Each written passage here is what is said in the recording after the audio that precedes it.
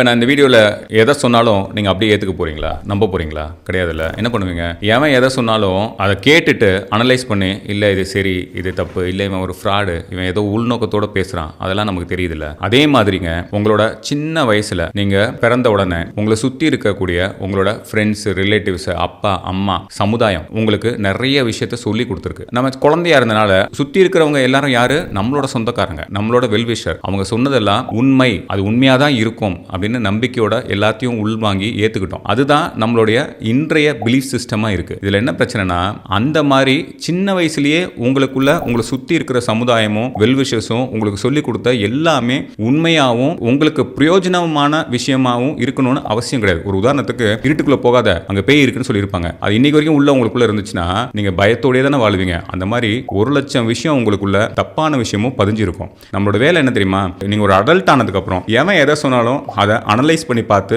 அதில் உண்மை இருந்தால் மட்டும்தான் உள்ளே கொண்டு போய் பதிய வைக்கிறீங்கல்ல. அதே மாதிரி உங்களோட சின்ன வயசுக்குள்ள உங்களுக்குள்ள வந்த பிலீஃப்ஸ் இருக்குல்ல, அதை ஒவ்வொன்றையும் கொஸ்டின் பண்ணி பார்க்கணும். அப்படி கொஸ்டின் பண்ணி அந்த பிலீஃப் எல்லாத்தையும் ஒருவேளை நீங்கள் அந்த ஒவ்வொரு உங்களோட நம்பிக்கையும் வெளியே கொண்டு வந்து உங்கள் கான்ஷியஸ்னஸில் நீங்கள் அதை அனலைஸ் பண்ணி அதில் உண்மை இருக்கா, இல்லை அதில் எதுவும் தப்பு இருக்கா அப்படிங்கிறத புரிஞ்சு திரும்ப அதை உள்ளுக்குள்ள பதிய வச்சிங்கன்னா நீங்கள் கண்டினியூஸாக வாழ்க்கையில் வளர்ந்துக்கிட்டே இருப்பீங்க. ஒருவேளை சில பேர் நான் பார்க்குறேன், இன்ஃபேக்ட் நிறைய பேர் தன்னோட பிலீஃப் சிஸ்டத்தை கொஸ்டின் பண்றதுக்கு பயப்படுவாங்க. நான் எதெல்லாம் நம்புறனோ அதுதான் கரெக்ட், என்னோட நம்பிக்கைகள் மட்டும் தான் கரெக்ட். சோ எதிர்க்க இருக்கிறவனுக்கு வேற ஒரு நம்பிக்கை இருக்கு, வேற ஒரு பிலீஃப் சிஸ்டம் இருக்கு அப்படினாலே அவன் தான் முட்டாள், அவன் தான் கிறுக்கன். என்னோட பிலீஃப் சிஸ்டம் எப்பவுமே கரெக்ட் அப்படின்னு அவங்களோட அந்த யார்ட் ஸ்டிக்னு சொல்லுவாங்கல்ல, இந்த யார்ட் ஸ்டிக்கே என்னவா இருக்குன்னா அவங்களோட belief system versus the rest of the world அப்படின்னு பார்ப்பாங்க. ஆனா இங்க ப்ராப்ளம் என்னன்னா, உங்களோட சிறு வயதுக்குள்ளேயே உங்களுக்குள்ள போன பல இன்ஃபர்மேஷன்ஸ் சரியானதா இருக்காது. யார் ஒருத்தர் அதை எல்லாத்தையும் திரும்ப வெளியெடுத்து அனலைஸ் பண்ணி அதை புரிஞ்சு தெரிஞ்சு அதுக்கப்புறம் அதில் பிரச்சனை இருக்குன்னா அதை டெலீட் பண்ணிட்டு புது இன்ஃபர்மேஷனாக உள்ள பதிய வைக்கிறாங்களோ